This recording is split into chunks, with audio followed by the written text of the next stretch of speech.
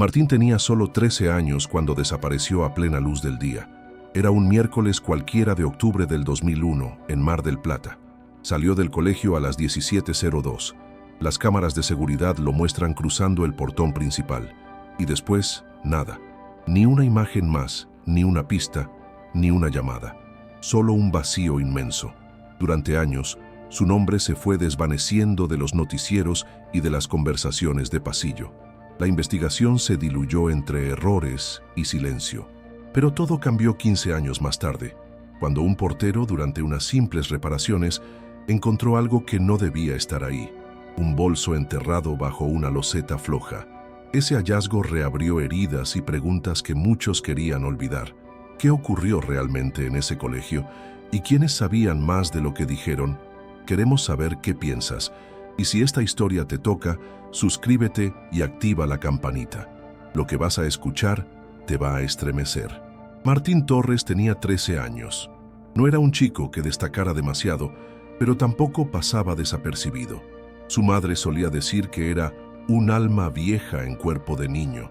Tenía esa mirada de quien observa más de lo que habla y una forma extrañamente meticulosa de organizar sus cosas. Amaba las ciencias, sobre todo la astronomía.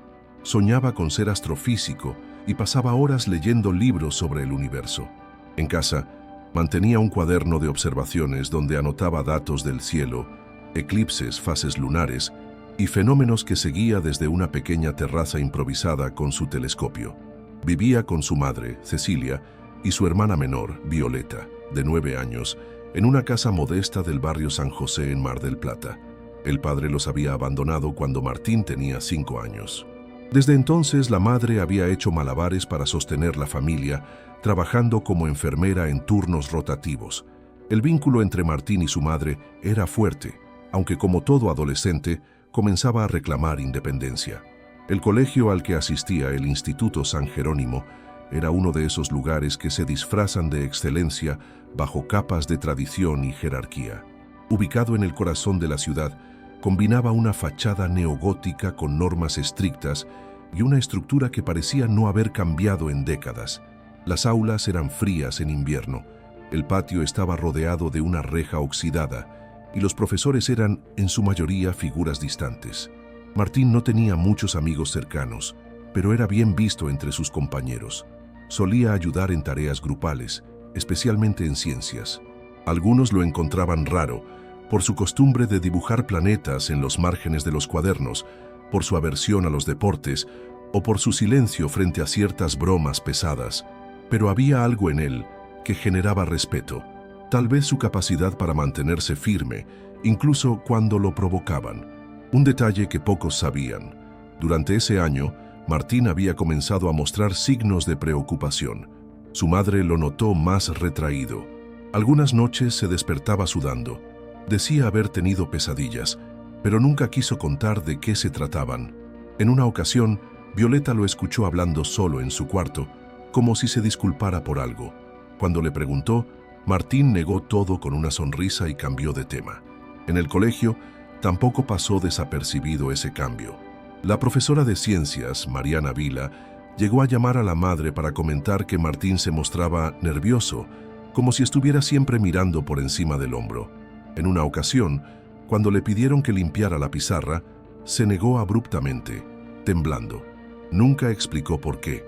Otro elemento que aparece en los testimonios es su relación con un profesor en particular, el licenciado Rubén Funes, encargado de educación cívica. Era un hombre mayor, con voz grave, maneras suaves y fama de ser particularmente duro con algunos alumnos.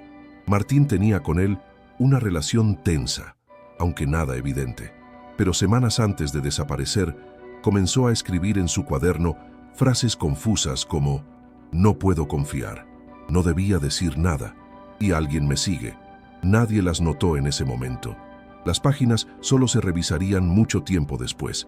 Aquel mes de octubre fue caluroso. Martín había empezado a quedarse más tiempo en la escuela después de clase, según dijo, preparando una exposición para la Feria de Ciencias. Su madre le creía. Sabía que a él le entusiasmaba ese tipo de actividad.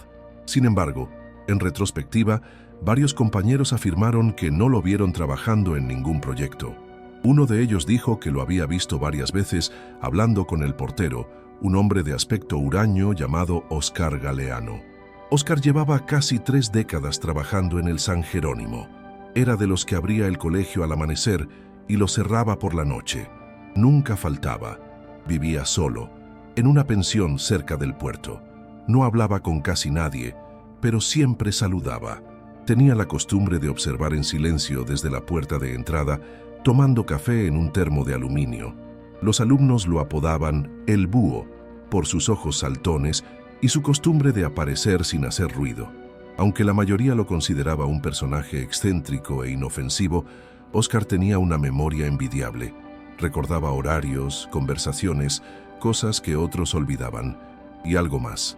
Tenía un archivo personal, una especie de bitácora escrita en hojas sueltas, donde anotaba incidentes del colegio. Lo hacía por costumbre, no por paranoia, según dijo años después. Martín y Óscar comenzaron a tener pequeños diálogos en esas tardes calurosas. Hablaban de astronomía, de libros, de películas, pero un día la conversación cambió de tono. Martín le preguntó si había cámaras en el aula de ciencias. Óscar le respondió que no. Luego, el chico quiso saber si alguien más tenía acceso al salón después del horario de clases. Óscar no entendió a qué venía la pregunta, pero le respondió que solo los docentes. Un viernes, apenas una semana antes de su desaparición, Martín dejó una nota a su madre sobre la mesa del comedor. Decía: «Hoy voy a llegar más tarde. Hay ensayo general». Pero no hubo ningún ensayo ese día. Al parecer se quedó solo en el colegio. Nadie puede confirmar con quién estuvo. Lo único cierto es que al día siguiente volvió a casa con una mancha en la remera y dijo que se había caído en el patio. La madre no insistió. Los días que siguieron fueron extraños. Martín se mostraba cada vez más ausente. En clase tomaba apuntes de manera obsesiva, como si no quisiera olvidar nada. Incluso durante los recreos prefería estar solo. Uno de los compañeros, Tomás Gaitán, hoy adulto, recuerda que lo encontró en la biblioteca escribiendo algo y que al acercarse, Martín cerró el cuaderno bruscamente. Tomás le preguntó si estaba bien. Martín solo respondió: «Ya va a terminar». Ese lunes Martín asistió como siempre al colegio. Llevaba su mochila azul, su cuaderno de ciencias y el reloj de pulsera que le había regalado su abuelo. Ese reloj aparecería años más tarde, roto dentro del bolso enterrado. Pero en ese momento nadie podía imaginar que sería la última vez que verían a Martín con vida. A las 17:02, las cámaras del colegio lo captan saliendo por el portón principal. Lleva una expresión seria, no saluda a nadie, cruza la vereda y desaparece. Ni testigos, ni huellas, ni señales, solo silencio. Si esta historia te está conmoviendo, no olvides dejar tu me gusta, suscribirte al canal y activar la campanita para no perderte el resto de este caso. ¿Alguna vez sentiste que alguien en tu escuela escondía algo? Déjanos tu comentario abajo y cuéntanos también desde qué ciudad o país estás viendo este video. Nos encanta leerlos. El 10 de octubre de 2001 amaneció con un cielo despejado en Mar del Plata. Era miércoles, mitad de semana, una jornada sin particularidades para la mayoría. Pero para Cecilia, la madre de Martín, ese día quedaría grabado como el inicio de una pesadilla sin fin. Martín se levantó temprano, preparó su mochila con inusual meticulosidad, tomó el desayuno casi en silencio, revisando por tercera vez su cuaderno de ciencias. Violeta, su hermana, recuerda que le preguntó si podía usar su compás, y él le dijo que no, que ese día lo necesitaba. «Voy a anotar algo importante», dijo. Cecilia pensó que se refería a una clase o tarea. Salió de casa a las 7:25, como todos los días. Vestía el uniforme reglamentario del colegio, pantalón gris, camisa blanca, suéter azul con el escudo bordado. Llevaba su mochila azul marino y el reloj de pulsera en la muñeca izquierda. Según una vecina, saludó con la mano antes de girar la esquina. Fue la última vez que lo vieron fuera del entorno escolar. Durante la mañana nada parecía fuera de lugar. Asistió a clases con normalidad, participó en una exposición sobre el sistema solar y fue visto en el recreo, sentado solo, escribiendo algo. Nadie notó nada extraño. salvo una pequeña discusión que tuvo con un compañero llamado Agustín Suárez. Según el testimonio posterior de Agustín, Martín le dijo: «No sabes lo que hacen cuando nadie los ve», y luego se alejó. Después del almuerzo, asistió a las 2 últimas horas de clases. La última fue nuevamente en el aula de ciencias. Mariana Vila, la profesora, diría años después que lo notó más tenso que nunca, mirando constantemente hacia la puerta. Al finalizar la clase, Martín se quedó rezagado, como si buscara algo o esperara a alguien. La profesora le pidió que se retirara. Él asintió sin responder. A las 17:02, las cámaras analógicas del colegio, con resolución precaria, muestran a Martín saliendo por el portón principal. La imagen es borrosa, pero se distingue claramente su figura. No hay nadie más en cuadro. No se ve si alguien lo espera, ni en qué dirección va. Y ahí termina todo.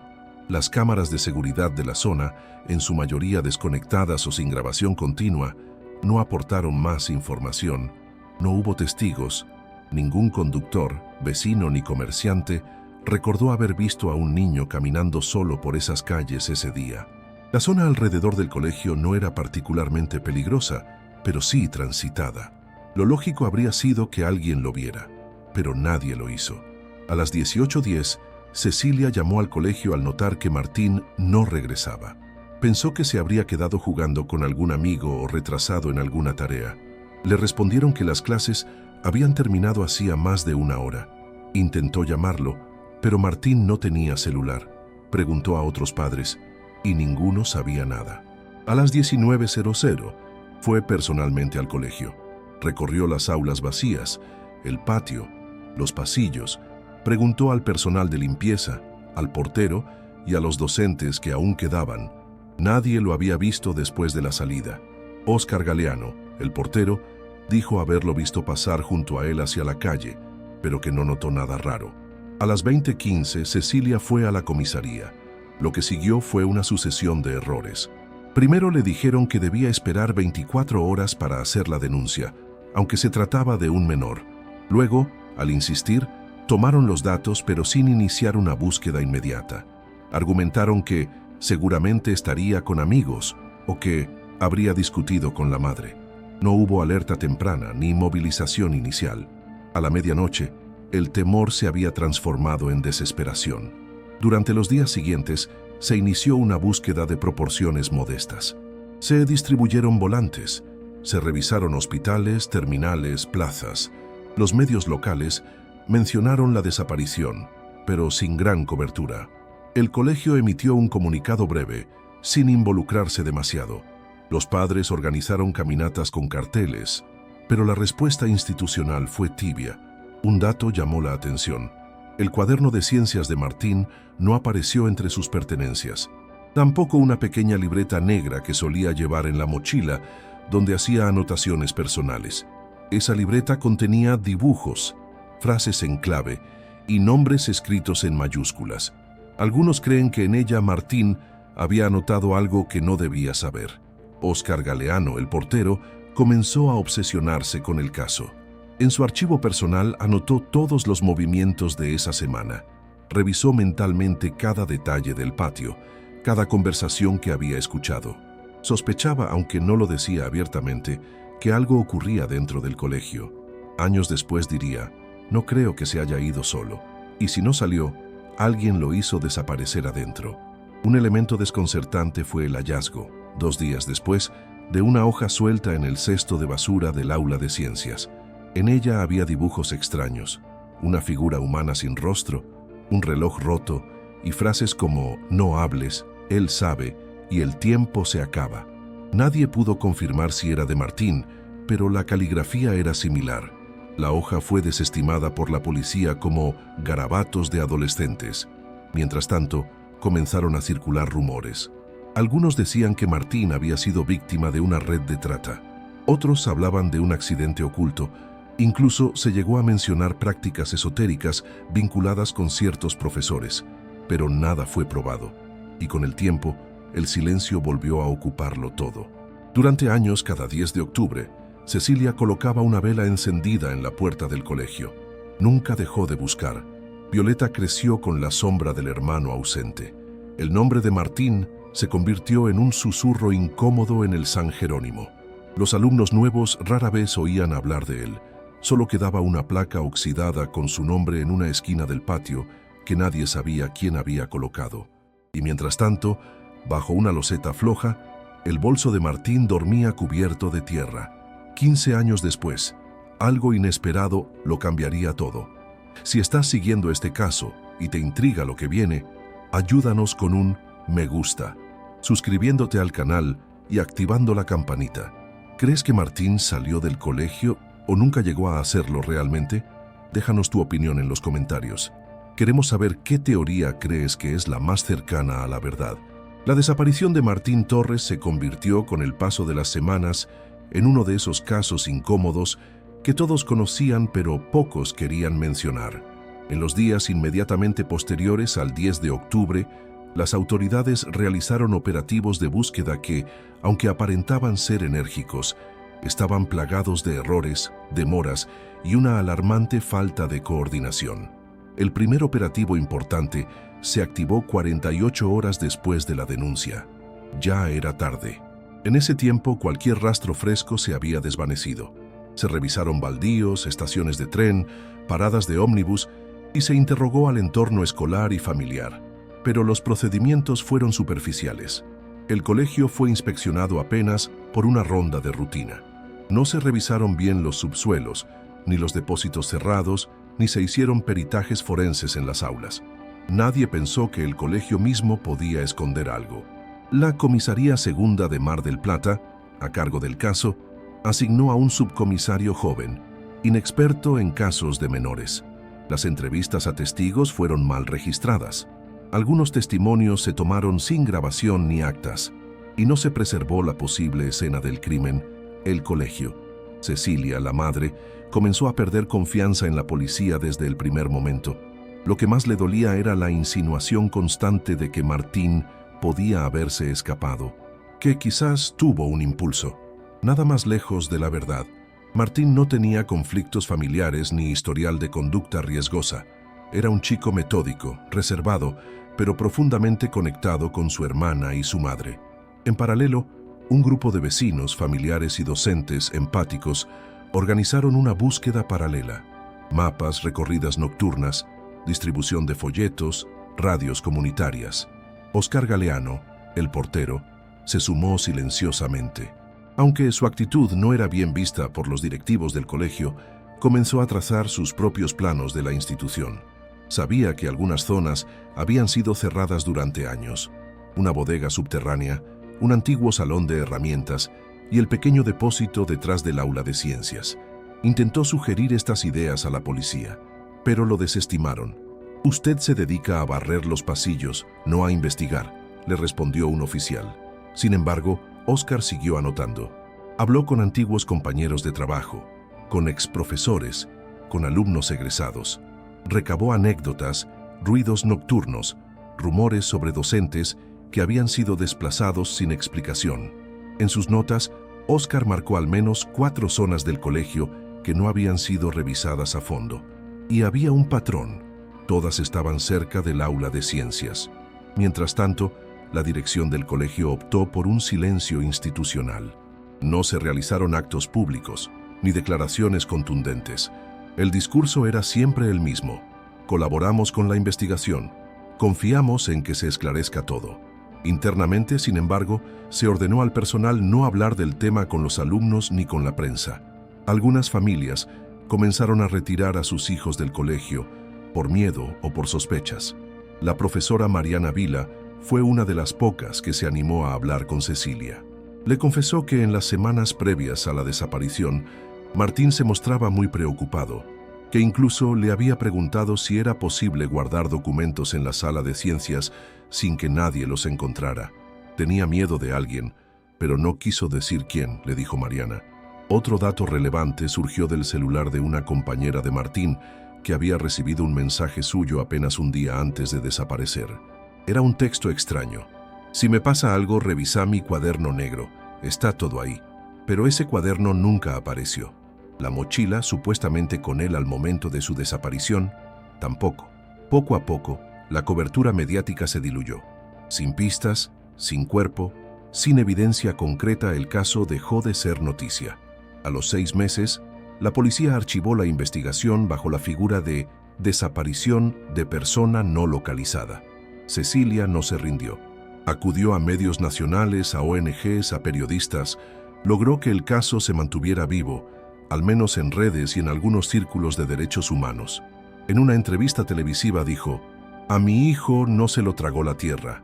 Alguien sabe lo que pasó y tiene miedo de hablar". Mientras tanto, en el San Jerónimo, el nombre de Martín se volvió tabú. La generación que fue su compañera egresó al año siguiente. Algunos contaron que durante el acto de fin de curso, alguien dejó una rosa blanca en el pupitre vacío de Martín. Otros aseguran que un grupo de alumnos organizó una especie de ceremonia informal en su honor en el patio trasero. Pero todo eso quedó fuera del relato oficial. Pasaron los años. Violeta creció. Cecilia enfermó brevemente, pero siguió activa en la búsqueda. Óscar Galeano, el portero, se jubiló anticipadamente. Siguió viviendo solo, sin contacto con la mayoría del personal del colegio, pero nunca dejó de investigar. Conservó sus cuadernos, sus planos, sus hipótesis. En una libreta escribió: "No encontré lo que buscaba, todavía, pero no me olvido". Y entonces, 15 años más tarde, el Colegio San Jerónimo anunció una serie de obras de mantenimiento: nuevas baldosas para el patio trasero, renovación del sistema de desagüe y cambio de rejas. Los trabajos comenzaron en septiembre de 2016. Óscar, ahora retirado, se enteró por un excompañero. Se acercó con la excusa de saludar, pero en realidad quería observar. Había una zona específica que le intrigaba desde siempre: una loseta ligeramente hundida cerca del rincón donde antiguamente se almacenaban los equipos de educación física. Nadie le prestaba atención, pero Óscar la había pisado cientos de veces y sabía que no era igual a las demás. Pidió permiso para ingresar al área de obras. Los encargados lo reconocieron y tras algunas bromas lo dejaron pasar. Se agachó junto a esa loseta, la tocó, notó que vibraba. Sin decir nada, pidió una palanca. "Voy a sacar esto por curiosidad", dijo, y lo hizo. Lo que encontró debajo fue lo que cambiaría todo. Pero eso lo contaremos en el próximo bloque. Si esta historia te impacta tanto como a nosotros, no te olvides de darle me gusta, suscribirte al canal y activar la campanita para no perderte la continuación. ¿Crees que el colegio ocultó información desde el principio? ¿Alguien más vio algo pero eligió callar? Déjanos tu opinión en los comentarios.